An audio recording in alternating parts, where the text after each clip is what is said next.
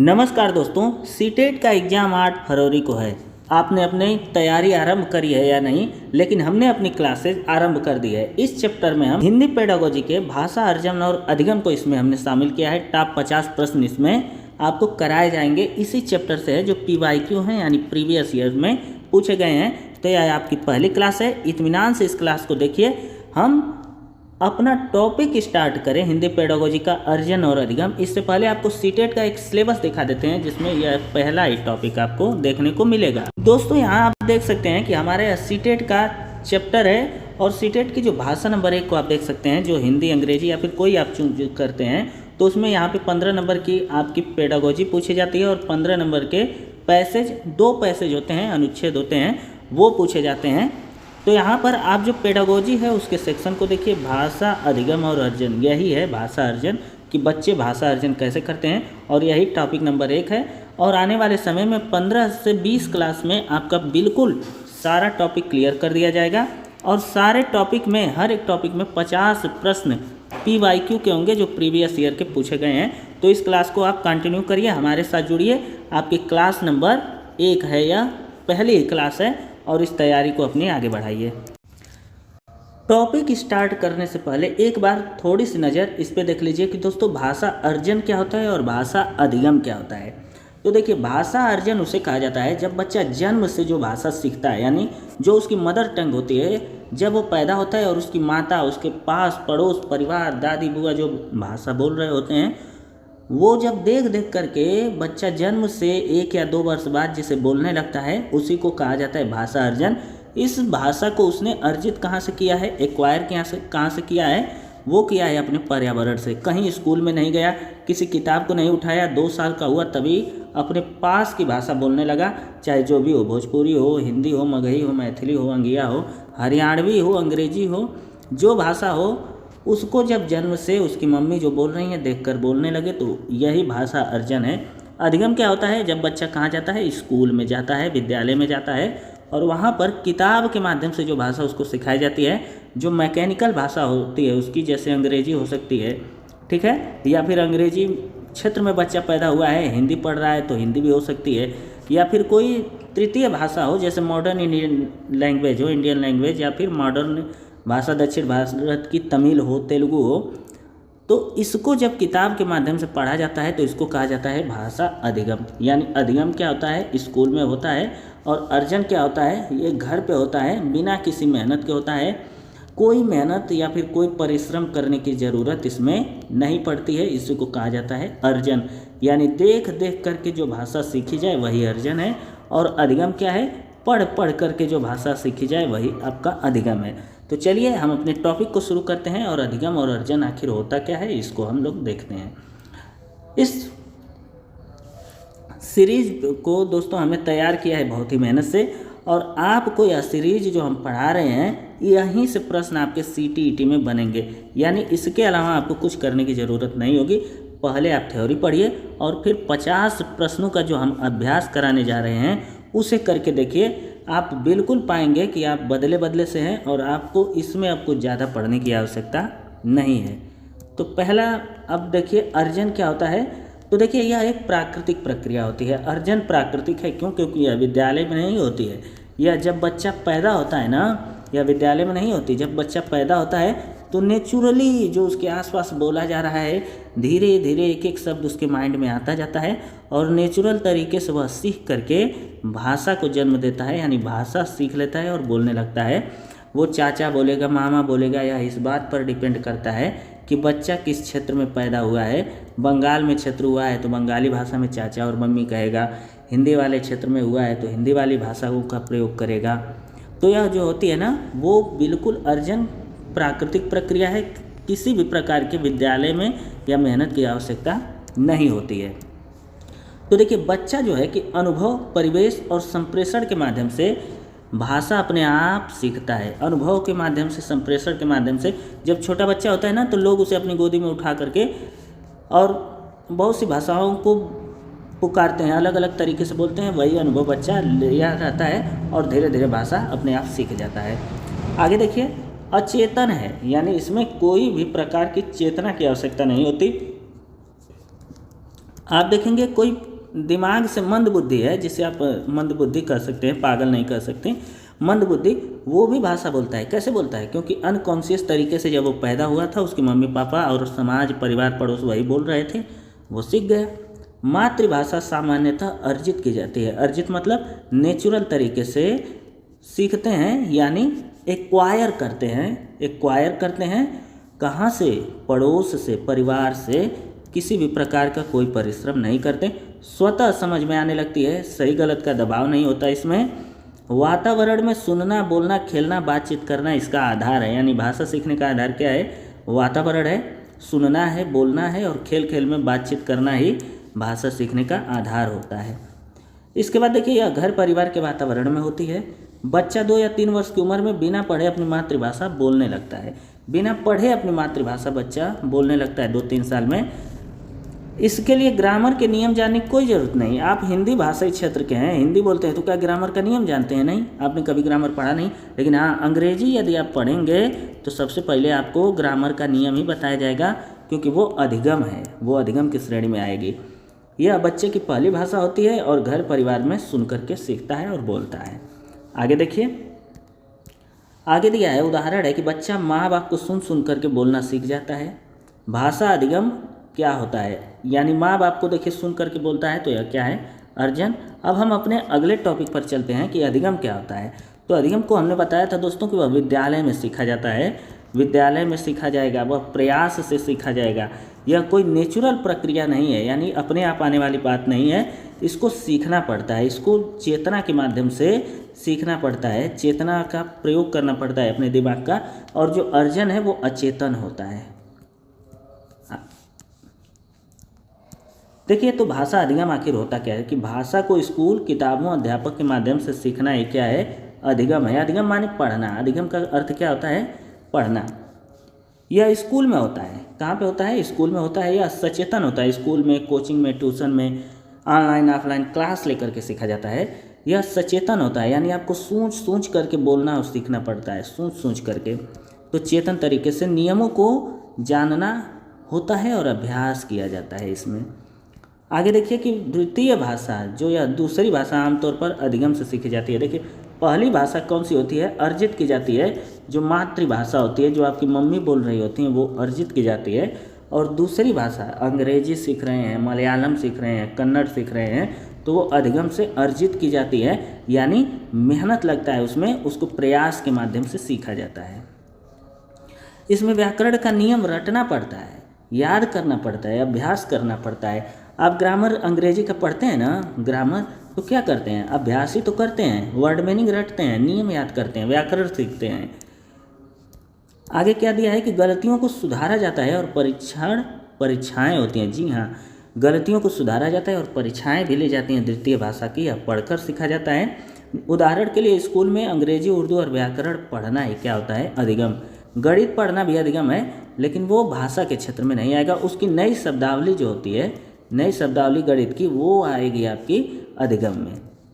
अब देखिए, प्रश्न है इसमें कि जब कोई बच्चा, अब आपका प्रश्न स्टार्ट हो रहा है, यानी जो हमने 50 प्रश्नों, टॉप 50 प्रश्न की बात कही थी ना अधिगम और अर्जन के बारे बाद, वो टॉप 50 आपका अब शुरू होने वाला है। ध्यान से देखिए कि जब कोई बच्चा बिना अधिक अभ्यास के स्वाभाविक रूप से कोई भाषा सीखता है तो क्या कहा जाएगा? जब स्वाभाविक रूप से अपनी मातृभाषा को सीखेगा तो उसको आप क्या कहेंगे? अर्जन कहेंगे। क्या कहेंगे दोस्तों? अर्जन कहा जाता है। आपका ये वाला ऑप्शन सही होगा। ये कैसे होता है? यह प्रयास बिना किए अचेतन मन से हो जाता है। बच्चा पढ़े पढ़े सीख लेता है। 2 वर्ष की आयु में जो भाषा वो पहली बार बोलता है, वही उसकी अर्जित की हुई भाषा होती है, उसकी मातृभाषा होती है, जो उसकी मम्मी बोलती है। अब देखिए, भाषा अर्जन के संबंध में कौन सा कथन उचित नहीं है? यानी 3 उचित होगा, 1 अनुचित होगा। तो उसे आप लोग देखिए, नीचे दिया है आपका 4 ऑप्शन दिया है। थोड़ा छोटा कर लेते हैं इसको। यहाँ पर है भाषा अर्जन के संबंध में कौन सा उचित नहीं है। तो देखिए, सभी बच्चों में भाषा अर्जन की स्वाभाविक क्षमता होती है। जी हाँ, एक चॉम्स्की मनोवैज्ञानिक हैं, उन्होंने LAD कॉन्सेप्ट दिया, लैंग्वेज एक्विजिशन डिवाइस, और इसके माध्यम से कहा कि बच्चे के मस्तिष्क में ऐसा फंक्शन होता है, फंक्शन ऐसा होता है कि वह अपने आप भाषा को सीख सकता है जो उसकी मातृभाषा होती है। तो पहला होता है स्वाभाविक क्षमता, भाषा अर्जन के लिए नियम सिखाए जाते हैं? जी नहीं, भाषा अर्जन के लिए कोई नियम नहीं होता है। भाषा अधिगम के लिए नियम होता है। भाषा अर्जन को सहज बनाने के लिए समृद्ध परिवेश होना चाहिए। जी हाँ, बिना विद्यालय गए भाषा अर्जन संभव है? बिल्कुल संभव है, एकदम से संभव है। यानी भाषा अर्जन के नियम सिखाए जाते हैं। यही आपका ऑप्शन गलत है, बाकी 3 ऑप्शन आपके सही हैं। अब देखिए अगला प्रश्न है कि भाषा अर्जन का सबसे स्वाभाविक तरीका किस माध्यम से होता है? तो भाषा अर्जन का सबसे स्वाभाविक तरीका क्या है वो आपको बताना है। व्याकरण की पढ़ाई आप करेंगे तो भाषा अर्जित हो जाएगी? नहीं, व्याकरण की पढ़ाई नहीं करने की ज़रूरत होती है। अनुवाद से नहीं, परीक्षा से नहीं, बातचीत और सुनने से आप भाषा को अर्जित कर सकते हैं। इसीलिए आजकल एक मेथड चलता है, डायरेक्ट मेथड, कि आपको जिस भाषा को सीखना है उसी क्षेत्र में चले जाइए, 2-3 माह रहिए, लोगों के बीच बातचीत करिए, भाषा को आप अर्जित कर लेंगे। भाषा अधिगम की प्रक्रिया में प्रमुख रूप से क्या शामिल होता है? यह सारा प्रश्न PYQ में पूछा गया है, पिछले वर्षों का एक प्रश्न है। इसका अच्छे से अभ्यास करिए और सीटेट में आप टॉप करेंगे। एकदम से मान के चलिए सीटेट में आप टॉप करेंगे। तो भाषा अधिगम की प्रक्रिया में क्या शामिल होता है? अधिगम क्या होता है? भाषा को पढ़ने को ही अधिगम कहा जाता है। स्कूल में पेन कॉपी लेकर के तो अधिगम में स्वाभाविक बातचीत आती है? जी नहीं, यह अर्जन में आती है। व्याकरण और नियमों का औपचारिक अध्ययन होता है? जी हाँ, अधिगम में औपचारिक अध्ययन होता है भाषा और नियमों का। जन्मजात होती है? नहीं, अर्जन जो होता है वो जन्मजात होता है। सिर्फ सुनना और बोलना भाषा अर्जित करने के लिए होते हैं, ना कि अधिगम के लिए। अधिगम के लिए व्याकरण के नियम विद्यालय में पढ़े जाते हैं। बी ऑप्शन आपका सही होगा। अब देखिए अगला प्रश्न है, 50 प्रश्न हमने इसमें शामिल किया है, सभी PYQ है, पिछले वर्ष में पूछा गया है। अगर आप उत्तर इसका कर पा रहे हैं, आपको आ रहा है, तो मान के चलिए आपकी पढ़ाई और आपने जो कंसेप्ट हमने आपको बताया है वो आपका सही है। भाषा अर्जन या एक्वाजिशन में नियम सीखने का तरीका कैसा होता है? तो बहुत अधिक व्याकरण सीखना नहीं, अर्जन में कोई व्याकरण नहीं सीखते हैं। प्राकृतिक संदर्भ में भाषा का उपयोग? जी हाँ, भाषा का उपयोग प्राकृतिक होता है। परीक्षा आधारित ड्रिल होती है? नहीं। अनुवाद होता है? नहीं। यह 3 जो काम होते हैं ना, वो आपके किस में होते हैं? अधिगम में होते हैं। और प्राकृतिक तरीके से पढ़ने को अर्जन कहा जाता है। भाषा अधिगम और अर्जन में मुख्य अंतर क्या होता है? तो देखिए अधिगम सहज, अर्जन कठोर नहीं। अधिगम जो कठोर होता है, अर्जन आपका सही होता है। अर्जन जन्मजात क्षमता पर निर्भर है और अधिगम पाठ्य पुस्तक आधारित होता है। जी हाँ, यही वाला अंतर आपको होगा, सही होगा। देखिए अधिगम बोलने के लिए है, अर्जन पढ़ने के लिए नहीं। दोनों में कोई अंतर नहीं है? जी नहीं, अंतर तो है, और अंतर यही है कि अर्जन जो होता है वो जन्मजात होता है, जिस दिन आप पैदा होते हैं उसी दिन से शुरू हो जाता है। और अधिगम जो होता है वो विद्यालय में 2-3 वर्षों के बाद शुरू होता है। अगला प्रश्न है कि निम्नलिखित में से कौन सा कथन भाषा अर्जन के लिए उपयुक्त नहीं है? तो कौन सा कथन भाषा अर्जन के लिए उपयुक्त नहीं है? अर्जन क्या होता है? मातृभाषा जो हमारी होती है, जो हम पहली भाषा बोलते हैं, वही आपका अर्जन है। तो यह स्वाभाविक होता है, तो अर्जन तो स्वाभाविक होता है, लेकिन इसमें नहीं पूछा है, नेगेटिव वाला हमें बताना है। तो अर्जन तो स्वाभाविक होता है, लेकिन सही वाला जो होगा वो नेगेटिव होगा। इसे विद्यालय में सीखा जाता है? नहीं, इसे घर पे सीखा जाता है। जो बच्चा पैदा होते ही जो भाषा बोलता है वही उसका अर्जन है। यह सामाजिक संदर्भ में होता है, यह निरंतर प्रक्रिया है। जी हाँ, यह दोनों भी सही है, लेकिन हमसे निगेटिव वाला पूछा है कि जो इसमें सही नहीं है, जो इसमें सही नहीं है वो वाला बताओ। तो जो सही नहीं है हमने उसे बता दिया कि यही वाला आपका सही नहीं है। आगे देखिए अगला प्रश्न देखिए दोस्तों कि भाषा अधिगम में उपागम या अप्रोच किस प्रकार की हो सकती है? तो देखिए भाषा अधिगम में जो अप्रोच होनी चाहिए वो संवादी होनी चाहिए। अगर आप कम्युनिकेट करते हैं, लोगों से बातचीत करते हैं, दिन भर भाषा का थोड़ा थोड़ा प्रयोग करना सीखते हैं, तो ये अधिगम आपका अच्छा होगा। बाकी ये तीनों आपका गलत है। ये सब PYQ हैं, पिछले साल पूछे गए थे। भाषा अर्जन में संरचनात्मक प्रवृत्ति किसका संकेत करती है? तो व्याकरण की समझ का, स्वाभाविक रूप से वाक्य बनाने का, शब्दकोश याद करने का, या अनुवाद करने का? तो स्वाभाविक रूप से वाक्य बनाने का इसका सही आंसर होगा। स्वाभाविक रूप से वाक्य बनाने का, क्योंकि संरचना बनाना है और इस स्वाभाविक वाक्य आप बनाइए। भाषा अधिगम के लिए विद्यार्थी को किस प्रकार का वातावरण चाहिए?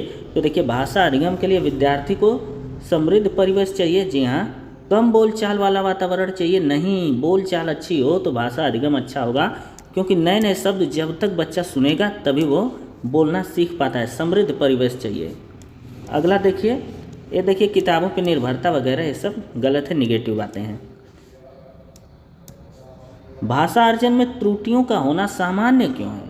भाषा अर्जन जब आप करते हैं तो देखेंगे आप, जैसे मामा और दादा जब बच्चा बोलता है तो पहले तुतलाता है, क्या करता है, तुतलाता है, और तुतलाते हुए ही वो धीरे धीरे सही वाक्य बोलना सीख जाता है। यानी अचानक से कोई कुछ नहीं सीखता, तो जब कोई गलती करता है तो इसका मतलब क्या निकालना चाहिए CTET के हिसाब से, कि वह सीख रहा है, वह सीख रहा है। तो क्योंकि बच्चे व्याकरण नहीं जानते हैं, नहीं, ऐसा नहीं है, क्योंकि वे प्रयोग के दौरान सीखते हैं, थोड़ा सही है। क्योंकि शिक्षक उनसे गलतियां ठीक नहीं कराते हैं, गलत है। क्योंकि उन्हें पढ़ाई पसंद नहीं होती, आपका बी वाला सही है। क्योंकि वे प्रयोग के दौरान ही भाषा को सीखते हैं, इसीलिए त्रुटियां होती हैं। अगला प्रश्न दिया है कि अधिगम के दौरान किस प्रकार के पाठ्यक्रम की भूमिका बढ़ जाती है? तो अधिगम जब होता है, अधिगम विद्यालय में होता है ना, तो अनौपचारिक पाठ्यक्रम चाहिए, नहीं, औपचारिक पाठ्यक्रम आपको चाहिए। किताब चाहिए, यानी बुक आपको चाहिए, पेन चाहिए, पेंसिल चाहिए, ये सब कुछ चाहिए। तो ये सब औपचारिक शिक्षा होती है, जब आप विद्यालय में बैठ कर के सीखते हैं। अगला है कि भाषा अर्जन में निरपेक्ष वास्तविकता का क्या अर्थ है? तो निरपेक्ष क्या होता है, न्यूट्रलनेस क्या होता है दोस्तों, कि जब आप भाषा बोले ही ना, प्रयोग ही ना करें, तो भाषा का प्रयोग परीक्षा में करना, भाषा को बिना नियम के सीखना, भाषा को प्राकृतिक संदर्भों में सीखना, और व्याकरण को कठिन तरीके से पढ़ना।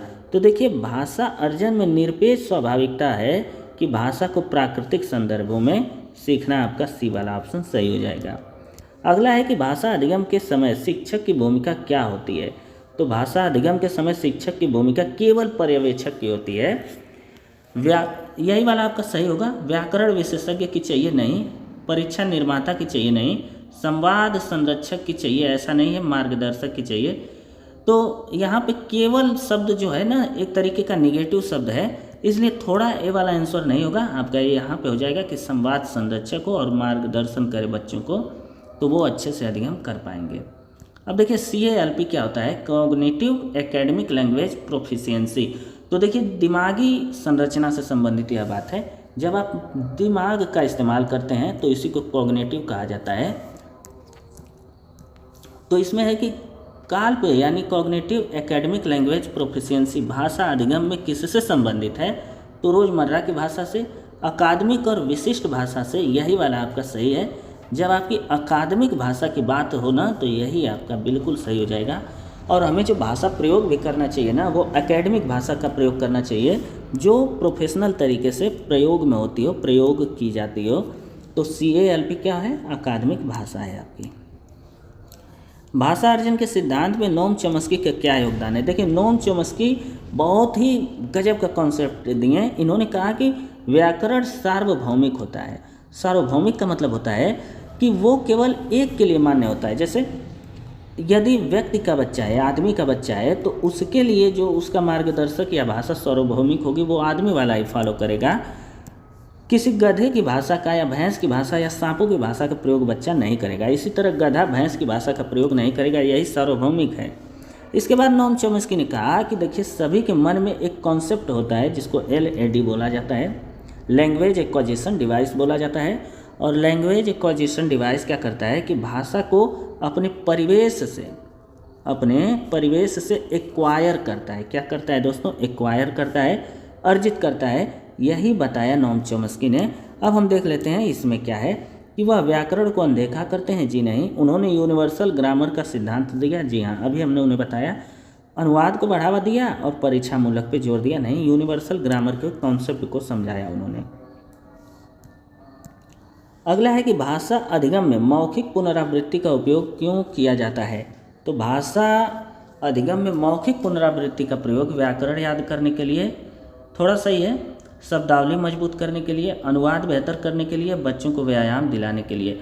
तो देखिए, मौखिक जब होता है ना, मौखिक यानी मुंह से क्यों बोल रहे हैं, तो देखिए शब्दावली को मजबूत करने के लिए मौखिक तरीके से बातचीत करना चाहिए हमें। बी वाला आपका ऑप्शन सही होगा। अब देखिए, भाषा अर्जन की प्रक्रिया में संवेदनशील अवधि का क्या महत्व है? तो संवेदनशील अवधि जो अर्जन करने की प्रक्रिया में यानी 2 से 3 साल है ना, इसीलिए लोग कहते हैं कि बच्चों के सामने ज़्यादा बेकार की भाषा का इस्तेमाल ना करें, क्योंकि वो कोरा कागज़ है, जो आप बोलेंगे वही उसके ऊपर छप जाता है। तो संवेदनशील अवधि का मतलब है कि जब 2 या 3 वर्ष का बच्चा रहे तो उसके सामने अच्छी भाषा, बड़ी भाषा, बढ़िया भाषा, अच्छी फिल्में, अच्छे सॉन्ग चलाइए और सही से बात करिए, लड़ाई झगड़ा ना करिए। वही बच्चे पे क्या डालेगा, प्रभाव डालता है, और वही जीवन भर बच्चा करता है। तो परीक्षा देने का समय नहीं, वह अवधि जब भाषा सीखना सबसे आसान होता है। जी हाँ, संवेदनशील अवधि वही होती है जब भाषा सीखना सबसे आसान होता है, बाकी ये सब गलत है। भाषा अधिगम की प्रक्रिया में फीडबैक का क्या महत्व है? बहुत सही, फीडबैक बहुत ज़रूरी है, बच्चों की गलतियां सुधारने में भी ज़रूरी है, और यही आपका ऑप्शन सही भी है। बाकी ये सब गलत है। अनुवाद करने में फीडबैक का कोई महत्व नहीं है, सिर्फ परीक्षा के लिए निगेटिव शब्द है। बच्चों को डराइएगा एकदम मत, नहीं तो सरकार को पता चलेगा तो विद्यालय से निकाल देगी। भाषा अर्जन में इमिटेशन क्यों महत्वपूर्ण है? इमिटेशन का क्या अर्थ होता है, इसको आप समझिए। इमिटेट करना, इमिटेट का अर्थ होता है नकल करना। क्या करना? नकल करना, कि वही शब्द बोलना जो कोई बोला है उसी को दोहराना। जैसे बच्चों के सामने अगर आप कोई नया शब्द बोलेंगे ना, तो वो सुन करके उसको शब्द को खूब हंसेगा, क्योंकि उसे उसका मतलब नहीं पता है। धीरे धीरे उसे मतलब पता चलता है तो गहराइयाँ पता चलती है। तो इमिटेशन का अर्थ होता है अनुकरण। क्या होता है? अनुकरण होता है, नकल करना होता है। अनुकरण करके जब बच्चा भाषा सीखता है तो इसी को इमिटेशन कहा जाता है।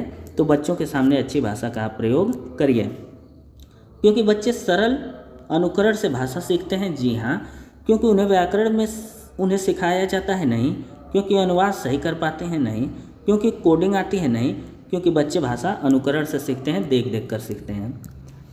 भाषा अधिगम में ऑफिशियल औपचारिक शिक्षा का क्या परिणाम हो सकता है? तो अधिगम क्या होता है दोस्तों? अधिगम जब भाषा को हम विद्यालय में सीखते हैं तो इसका क्या परिणाम हो सकता है? तो जब हम भाषा अधिगम करते हैं तो भाषा की गहराई वाली समझ आती है, स्वाभाविक बोलचाल की कमी होती है, सिर्फ बोलने की क्षमता होती है, या भाषा का बंद हो जाना होता है।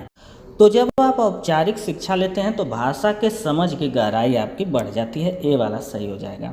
भाषा अर्जन देखिए, प्राकृतिक संदर्भ में का क्या अर्थ है?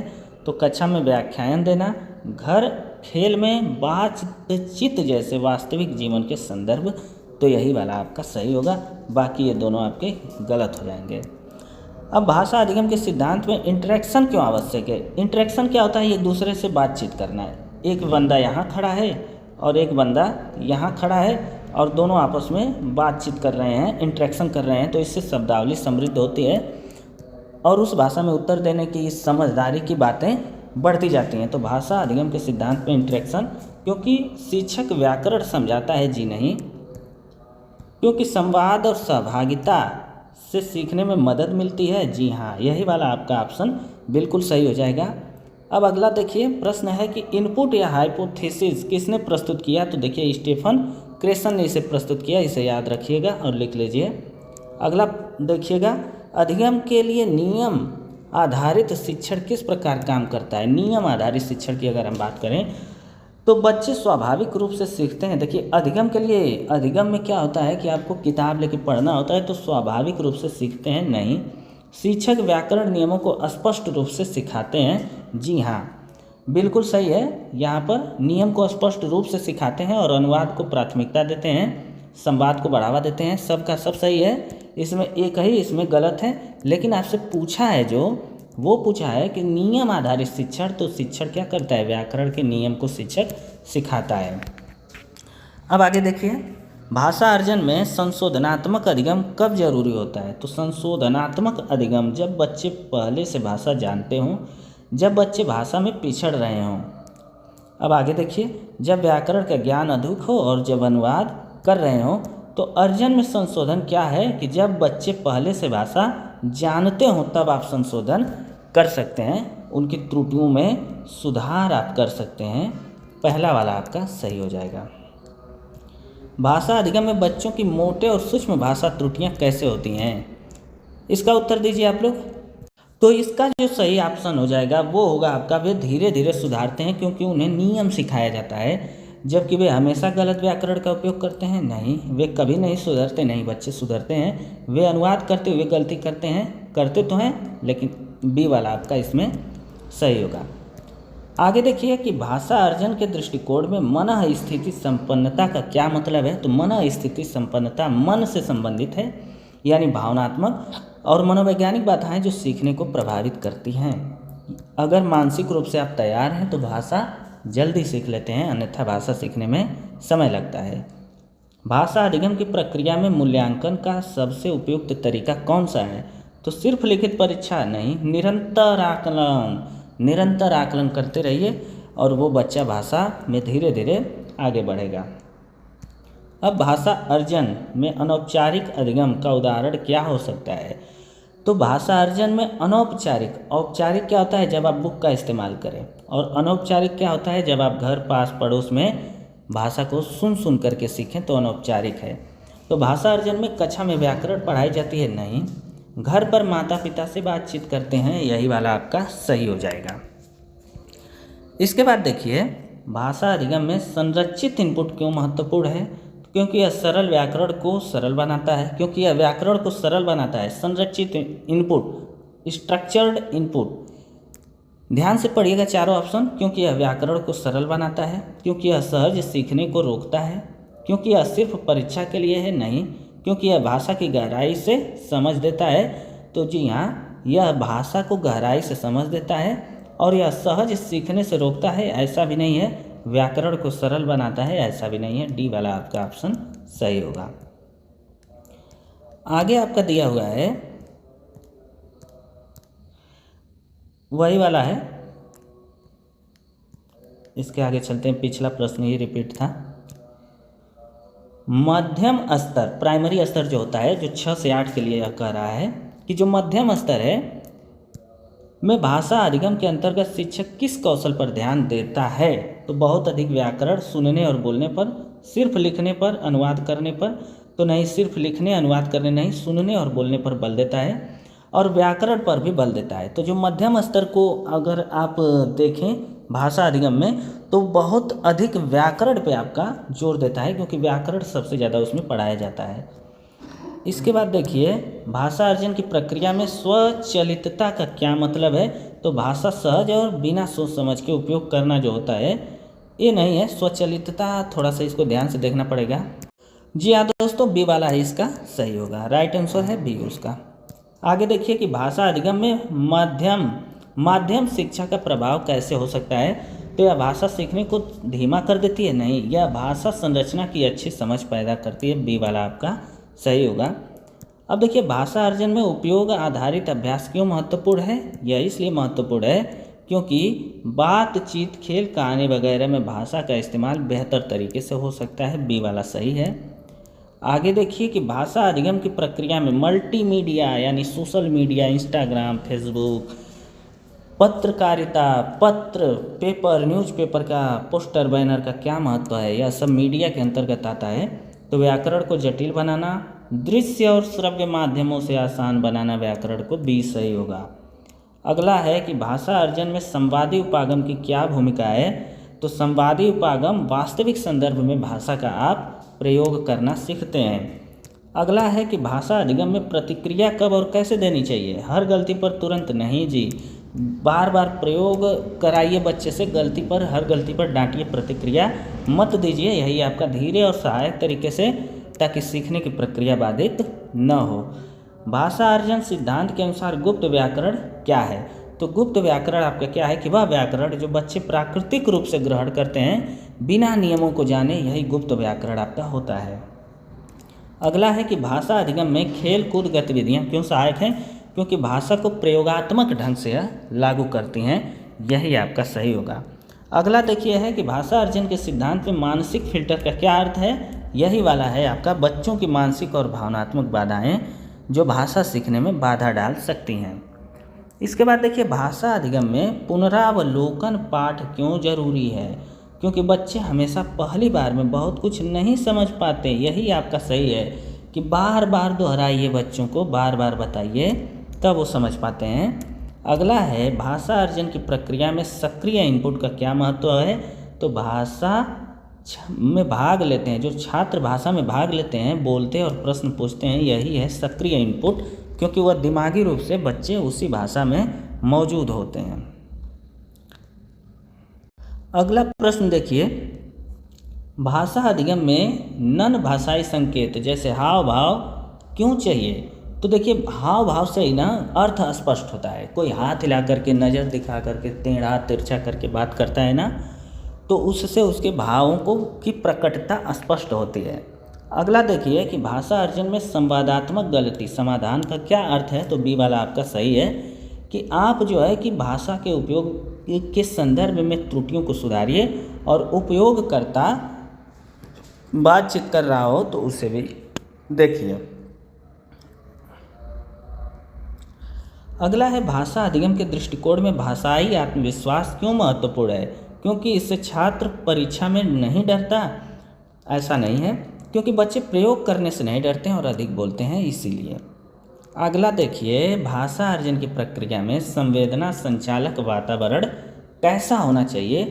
तो देखिए, सहयोगी होना चाहिए, सुरक्षित होना चाहिए और प्रोत्साहन युक्त होना चाहिए, तब बच्चे अच्छे से भाषा सीख पाते हैं। भाषा अधिगम के समय बहुभाषिक माहौल का क्या लाभ होता है? तो यह विभिन्न भाषाओं के बीच समझ को बढ़ाता है और भाषा क्षमता को मजबूत करता है। यही बहुभाषिक माहौल है। बहुभाषिक में एक क्लास में कई भाषाएं बोली जाती हैं। दिल्ली में कोई क्लास चल रही हो तो वहाँ पर देश भर के छात्र जब मिल करके एक नई भाषा बना लेते हैं, वही बहुभाषिक कक्षा है। भाषा अर्जन में स्कूल के बाहर की गतिविधियाँ क्यों महत्वपूर्ण है? क्योंकि वे अधिक बातचीत और प्रयोग और भाषा की प्रैक्टिस कराती हैं। कि कहीं नदी के पास आप बच्चों को ले गए घुमाने के लिए गतिविधियों के माध्यम से, तो वहाँ पर बच्चे नए नए शब्दों का प्रयोग करते हैं और नए तरीके से बात करना सीखते हैं। अगला प्रश्न है कि भाषा अधिगम की प्रक्रिया में नियमित पुनरावलोकन की आवश्यकता क्यों है? क्योंकि बच्चे भाषा के प्रयोग में नहीं लाते।